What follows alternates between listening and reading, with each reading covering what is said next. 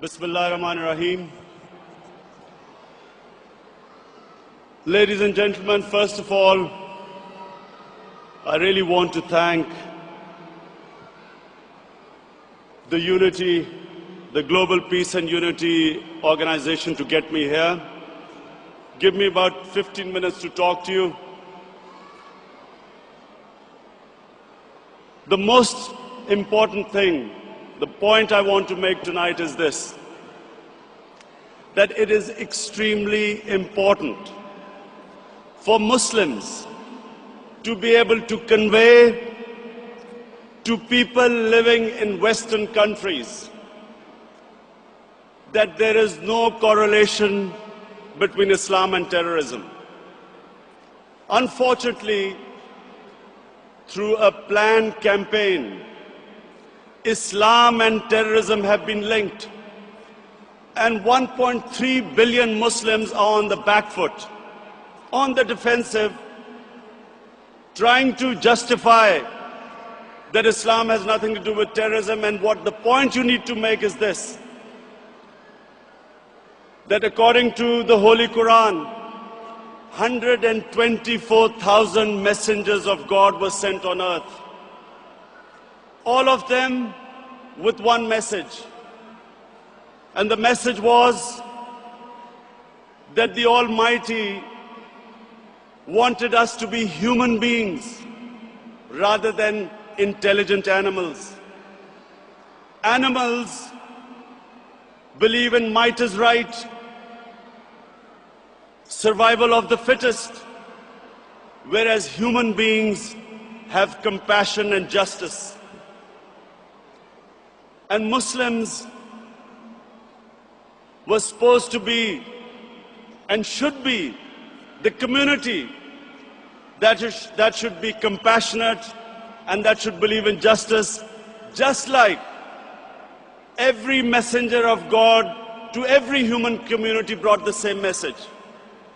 So when something like 9/11 happens, we should be able to tell those people who blamed 1.3 billion people for the acts of 18 people that terrorism knows no religion. All religions preach the same thing.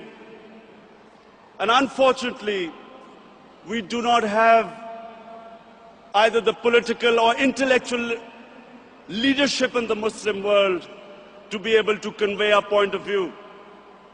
So we have words like Islamofascism, like radical Islam. When Tony Blair and George Bush say that the enemy of Western civilization is radical Islam, how is the man in the street in the West supposed to differentiate between a moderate Muslim and a radical Muslim? And why is Islam the issue?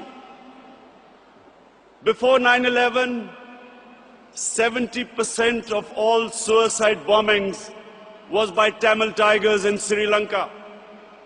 No one ever blamed Hinduism for what they were doing. No one ever said that tell the Hindu priests to tell them that suicide bombing is not part of Hinduism. So why were we on the defensive? How is suicide bombing anything to do with any religion? And unfortunately, because we did not have the leadership, and because sadly in the Muslim world, there were people who played along the game, called themselves moderate Muslims. We had military dictators, in order to get Western support, called themselves enlightened moderates, perpetuating this image that perhaps it's something to do with Islam or radical Islam. All human communities have moderates, have liberals, have conservatives, and have fanatics.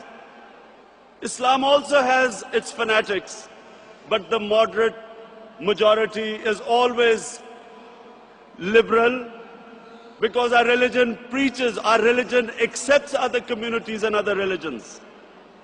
We all know that Islam believes in plurality. Muslims have lived with other religions. We have lived with Hindus, we have lived with Buddhists, we have lived with Jews, Christians. We accept, as the Quran says, Allah says in the Quran that it is through His will that we are distributed in different communities. It is through Allah's will that human beings are distributed in different religions and communities. And Allah goes on to say that had He wanted, we would all become one community. And then it goes on to say, the ayat goes on to say, compete in being good human beings. So we have a religion which preaches plurality. We accept other religions.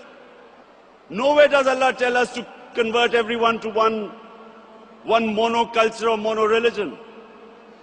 And all we are asked is to be better human beings, compete in being better human beings.